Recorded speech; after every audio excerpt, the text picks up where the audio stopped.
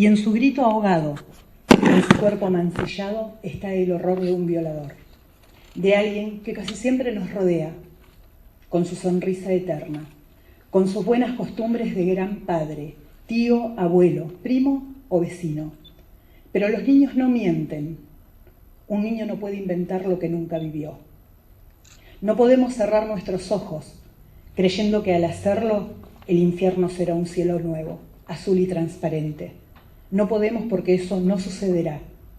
Si no alzamos la voz, si no comprometemos nuestro hoy en pos de un mañana mejor, nuestros niños pequeños, nuestros niños violados, serán solo una ínfima porción de un mañana de horror. Agradecemos la participación de todos y cada uno de ustedes. Muchas gracias.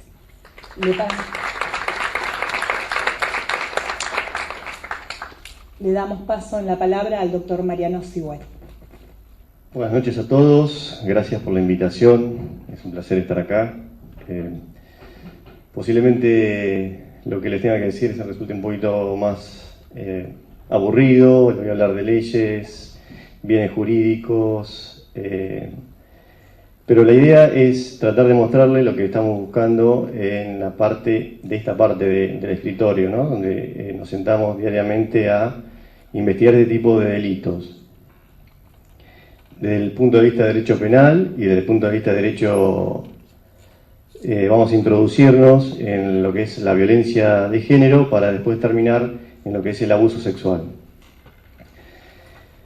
El derecho penal es una parte del control social y en ese control social se encuentra institucionalizado tanto la forma punitiva como el discurso punitivo.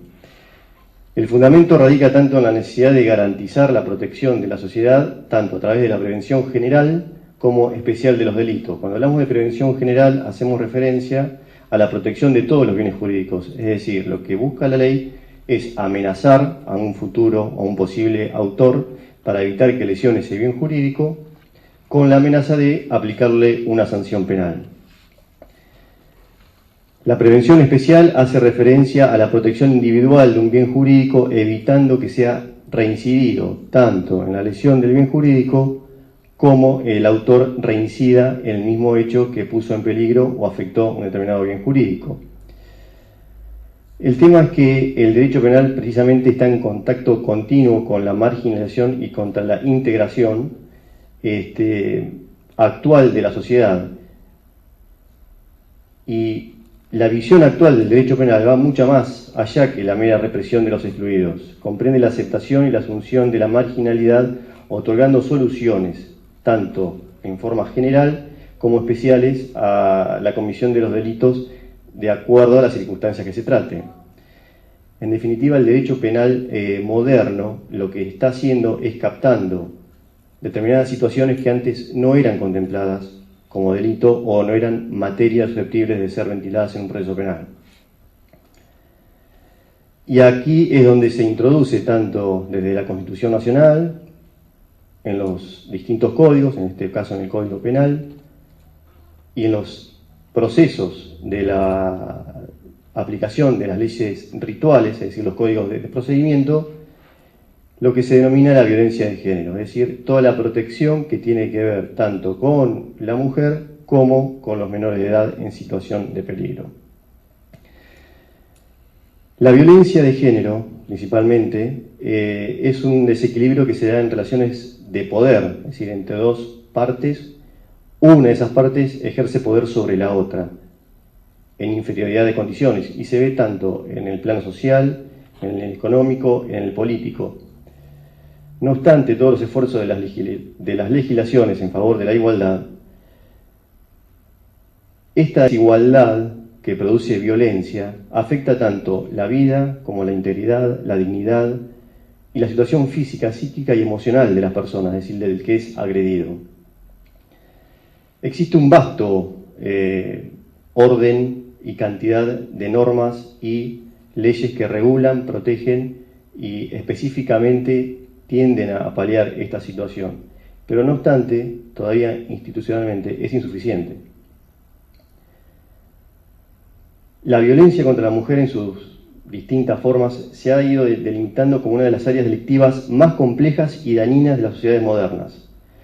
Las múltiples actuaciones del tratamiento punitivo actualmente creo que no alcanzan a responder a los resistentes comportamientos violentos que demuestran tanto en el crecimiento de los casos como de la reincidencia. Particularmente en el caso de la violencia de género se verifica esas dos variables, una gran cantidad de exposición nueva de casos que antes no se registraban, aún estadísticamente, como una alta probabilidad de reincidencia. La violencia contra la mujer y contra los menores no representan muchas formas lesiones graves, pero es mucho más perjudicial la exposición al peligro de las lesiones físicas como el permanente dolor del sometimiento al maltrato, a la humillación, porque en la víctima se grava un estado de impotencia y se quiebra la integridad tanto moral como física, que conduce muchas veces a la destrucción de la personalidad. Por lo tanto, los operadores del derecho penal, tanto jueces, legisladores, representantes del Ministerio Público, como en este caso, deben comenzar a considerar nuevas situaciones que se sostienen en el tiempo y son repetidas en la sociedad. Una visión moderna del derecho penal debe instituir a la homogeneidad y aceptación de la realidad social y no debe endurecerse a este tipo de situaciones, aunque sean nuevas, debe estar especializado fundamentalmente a tratar de recabarlas y solucionarlas. Tanto la mujer maltratada como los menores sometidos a maltrato no son personas que están por propia voluntad en esa situación de desamparo. La mujer que padece agresiones sufre habitualmente en soledad una situación de estrés grave y continuo, que a menudo se complica con trastornos afectivos y que puede derivar tanto en consumo de sustancias y hasta puede llegar al suicidio. Hago una breve introducción de lo que se denomina el síndrome de la mujer maltratada, que es una considerada de la subcategoría del trastorno del estrés postraumático. Y es un conjunto tanto en la víctima que empieza a nacer pensamientos, sentimientos y acciones sobre una experiencia previa traumática y de la cual no puede salir por sí misma. Varios autores establecen 5 tipos de signos evidentes que se palpan en este tipo de estrés postraumáticos. Los recuerdos invasivos, que no pueden ser repelidos, los altos niveles de ansiedad y de hipersensibilidad, comportamiento de anulación emocional, por lo general expresado en forma de depresión, disociación, minimización, represión o negación, relaciones interpersonales de poder y control.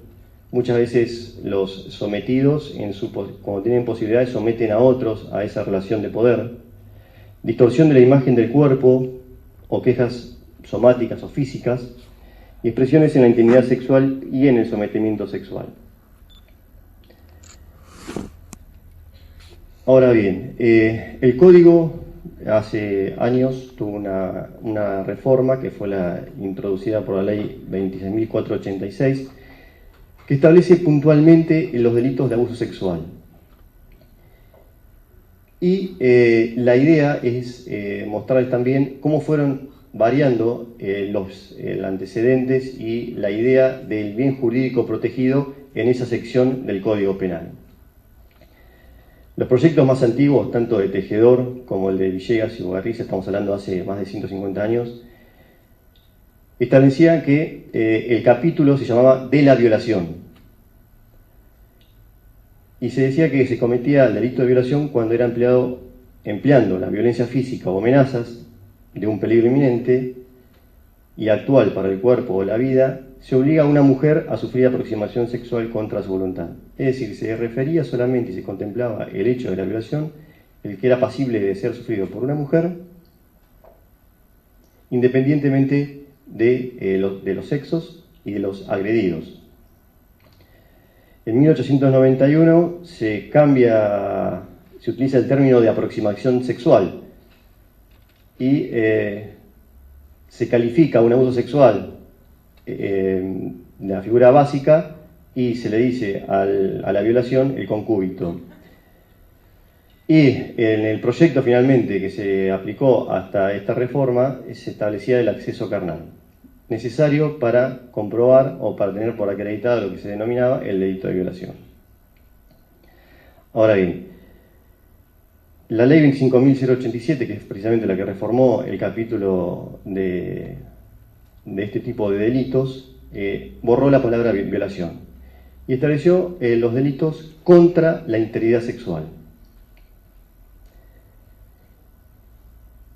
sacando principalmente la versión masculina de lo que era el delito de violación. Algunos autores entonces empezaron a decir que este delito de integridad sexual resguardaba tanto la libertad en su proyección hacia la sexualidad y a la integridad física, psíquica y espiritual de las personas, que son los valores supremos que además tienen protección constitucional. Y una interpretación muy acertada, me parece, de la situación, creo que la trajo Dona, que es uno de los autores penales más lúcidos de la doctrina nacional, que dice que el bien jurídico de integridad sexual no es otra cosa que la libertad sexual de la persona mayor de 18 años y el libre desarrollo sexual de los menores de esa edad, teniendo en cuenta que nadie puede introducirse en la esfera sexual ajena sin la voluntad de la otra persona, con capacidad para consentir, y menos aún en quien no lo puede hacer. Es decir, que la integridad sexual no solamente hace referencia a la integridad física de la persona, sino que empieza a tomar, y tiene una concepción mucho más amplia, a partir del concepto de persona, y que está integrado evidentemente por la libertad, como también por la capacidad y la posibilidad del discernimiento. Es decir, no solamente porque la persona haya adquirido o haya cumplido, por ejemplo, los 18 años, se entiende que es plenamente capaz. Tiene que ir acompañado de esta capacidad de exteriorizar su voluntad en el acto.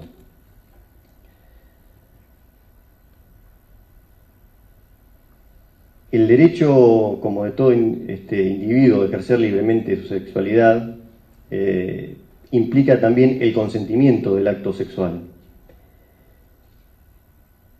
Y acá voy a introducir también los antecedentes, un antecedente parlamentario de un diputado que es un reconocido jurista, que es Cafelata Nores, que dice: una percepción de las agresiones sexuales acorde al estado actual de nuestra cultura debe considerar el crimen sexual estrictamente como una injuria a la integridad física y psíquica y a la libre decisión de la víctima.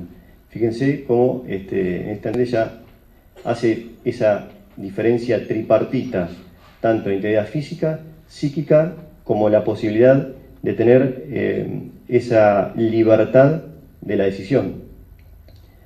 Y no una injuria a la pureza o la castidad de ella, ni al honor de algún valor. La vieja idea de honor asociada a ciertos tipos penales refleja no solo una dimensión ideológica ligada al temor por ese escándalo, sino que facilitan la imposición de valores culturales dominantes propios del mundo masculino. En definitiva, las agresiones en referencia afectan no el honor o la honestidad de las víctimas de esas acciones, sino su integridad y dignidad como persona. Y aunque también afectan a la vez su libertad y a menudo equivalen a una privación de esa libertad, las personas afectadas viven esas situaciones sobre todo como atentados a su propia integridad, privacidad e identidad, más allá que esos delitos afecten también a sus familias, tutores, al Estado, correspondiendo, por lo tanto, concebir a estos delitos como delitos contra las personas, igual que otros delitos conocidos como tales. Es decir, que esta nueva reforma del Código Penal, la última reforma, amplía el concepto de lo que es el abuso sexual y establece la concepción de la persona en forma integral. Por eso que se recepcionó en el Código Penal en el artículo 119, que establece que aquel que abusare de una persona sexualmente, de uno u otro sexo, aclara también la ley penal, esta fuera menor de 13 años, es decir, que la ley supone iure de iure que cuando una persona menor de 13 años es sometida a un acto sexual, se configura el abuso.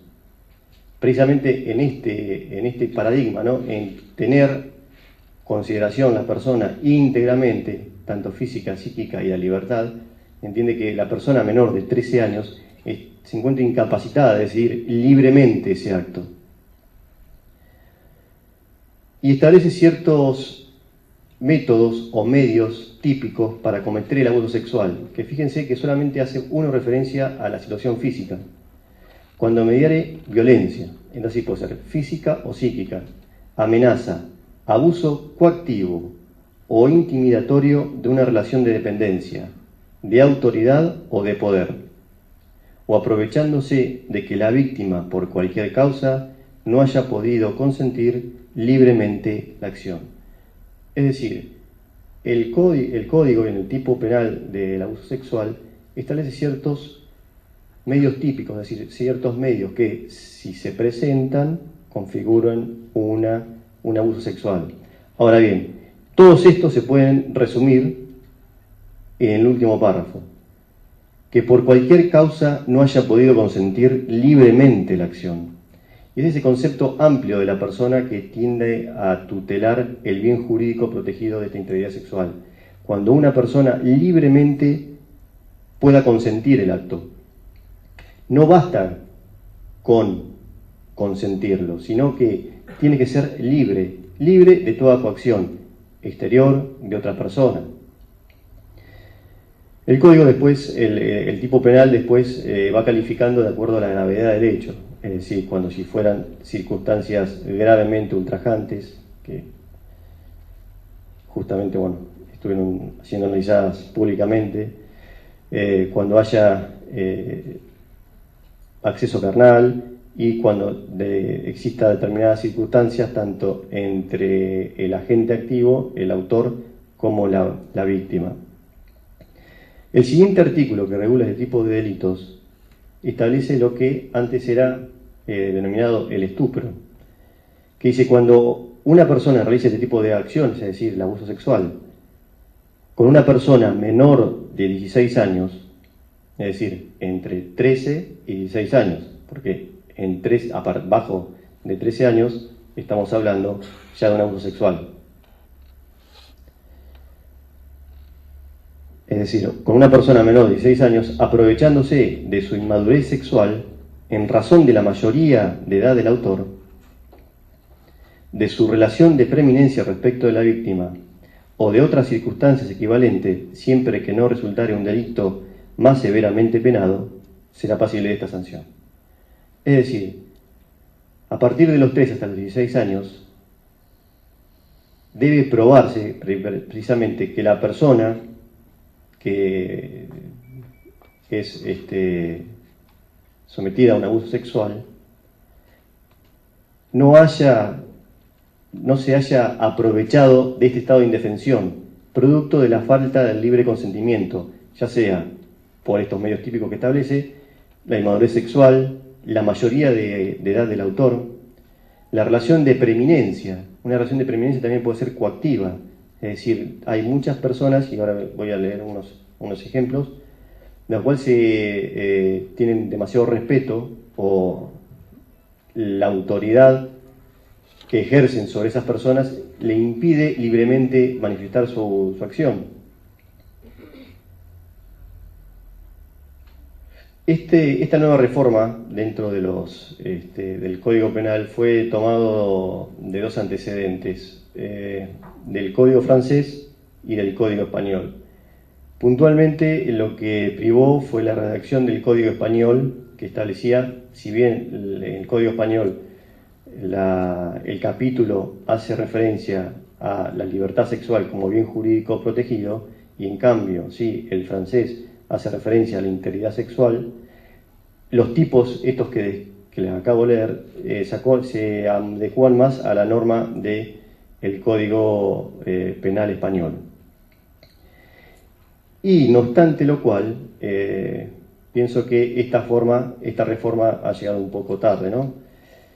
Ya hace más de 40 años se estaban impulsando este tipo de reformas en el Código Penal español.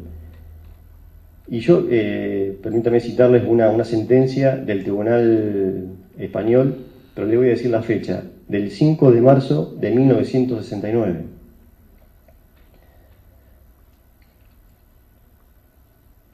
Si bien es cierto que el recurrente sorprendió a la ofendida realizando un acto deshonesto con un hombre a quien prestaba servicios domésticos, comunicándole repetidas veces que si no se prestaba a la muchacha de 16 años a realizar lo mismo con él, divulgaría lo que había visto, consiguiendo de este modo vencer la oposición de la menor.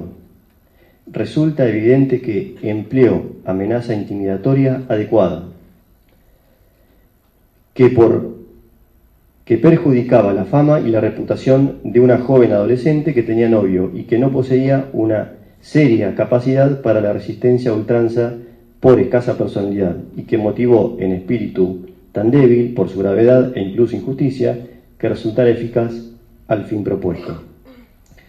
Pues luego de reiterada petición se dio ante el miedo de la divulgación perjudicial de incalculables consecuencias peyorativas. Hace más de 40 años el Tribunal Supremo español sentenciaba y aplicaba una pena privativa de la libertad a una persona que había sometido sexualmente a una menor de 16 años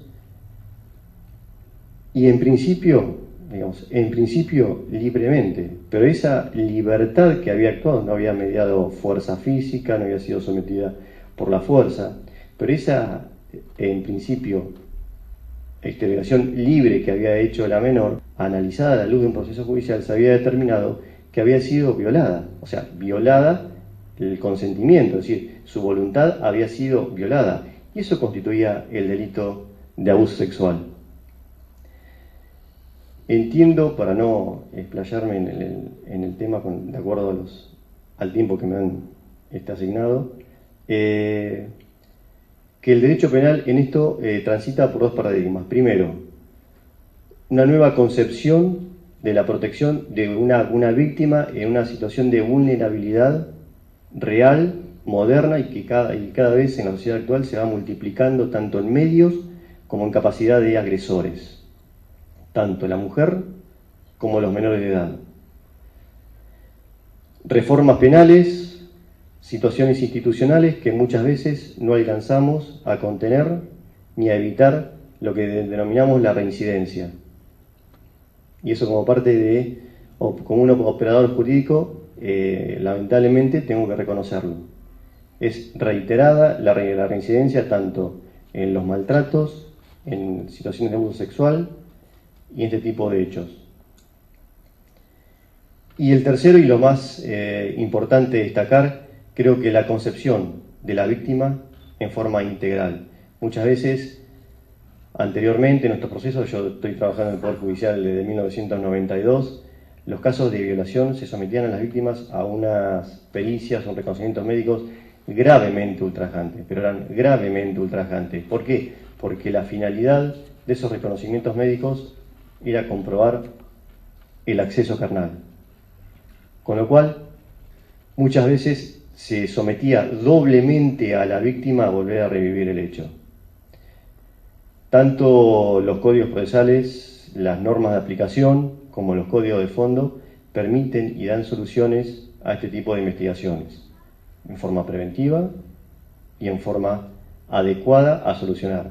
Antes era inconcebible que una persona con la mera denuncia se le pueda establecer una restricción de acceso o una medida cautelar para no acercarse a una determinada persona. Hoy, tanto en una localidad como en Brandsen, como en La Plata, como en cualquier lado, recurriendo a un juez de paz, se puede conseguir esa medida. Es efectiva, y por otra parte, desde el lado de la Fiscalía, somos muy celosos en las desobediencias de ese tipo de medidas.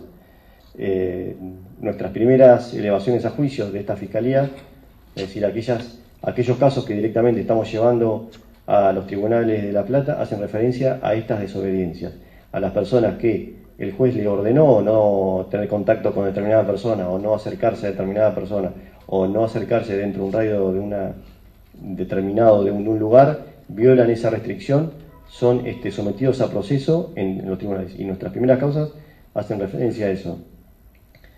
Y precisamente la concepción esta de la víctima, tanto física en su integridad, física, psíquica, y en la posibilidad de considerar, de emitir libremente su voluntad, hacen obligatorio y nos inducen a estos operadores, a nosotros como operadores del derecho penal, a estar más atento a las víctimas, a estar más atento y más sobre el caso para evitar esto, ¿no? Para evitar una victimización de la víctima del proceso penal, por un lado, y evitar esta posibilidad de reincidencia y evitar que las situaciones que da la ley y que nos otorga la ley para proteger al peligro de un bien jurídico sean efectivas.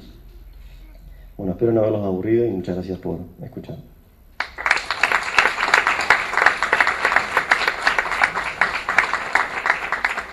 Agradecemos la participación del doctor Mariano Sigüet y voy a hacerle dos preguntas que creo que son fundamentales, ¿sí? Le pido que nos indique qué debe hacerse, cómo proceder un individuo, una madre, un padre, un vecino, un maestro, un médico, ante la presunción de un abuso sexual. Lo primero es estar en contacto con la autoridad, tanto en la autoridad policial, la autoridad judicial o aún la autoridad administrativa de los órganos del colegio, municipales, sanitarios. Es importante para nosotros, para impulsar la acción penal, el rápido contacto con la víctima. Primero, para, en su caso, si es necesario, sacarla de la situación de peligro. Y aparte para asegurarnos, precisamente que es lo más costoso, elementos de prueba que no puedan llegar a perderse en el momento de ejercitar la acción penal contra esa persona. Yo sé que es muy difícil, de hecho yo hablé de estas reformas, pero establecí que todavía este tipo de delitos son dependientes de instancia privada, es decir, que necesitamos la denuncia de la persona y que inste la acción penal, porque todavía la ley le otorga esa facultad a la víctima. Y por otro lado, bueno, tanto en la jurisdicción, se va a abrir pronto la Comisaría de Política de Género, como en la localidad de Rancho, donde también tenemos jurisdicción que se encuentra funcionando, ya tenemos un cuerpo especializado, vamos a tener pronto acá también en Bransen, para atender el tipo de problemática, con lo cual yo les incitaría a la víctima como mensaje pensador que se pongan en contacto rápido con la autoridad.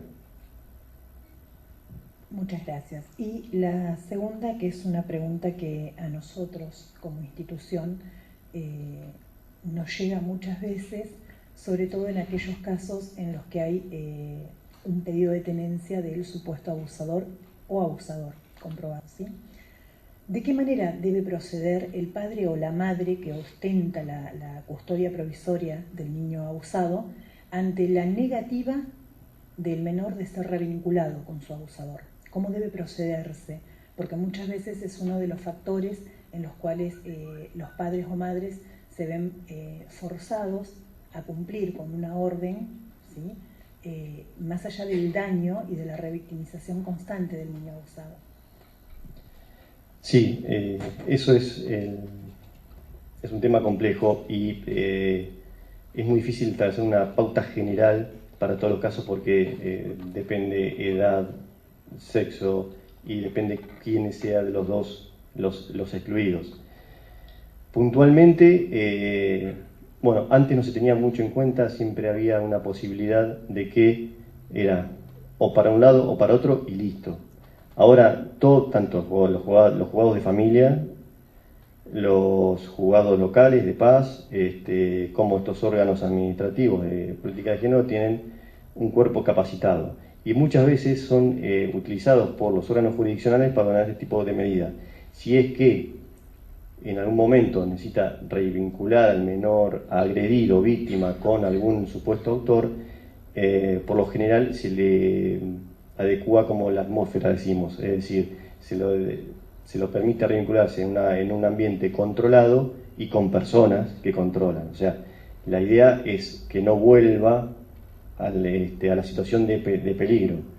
Y, por ejemplo, he visto relaciones, por ejemplo, contactos entre padre y denunciado y menor en presencia en un lugar público, en presencia de un asistente de menores o en presencia de un psicólogo, y que muchas veces esa situación también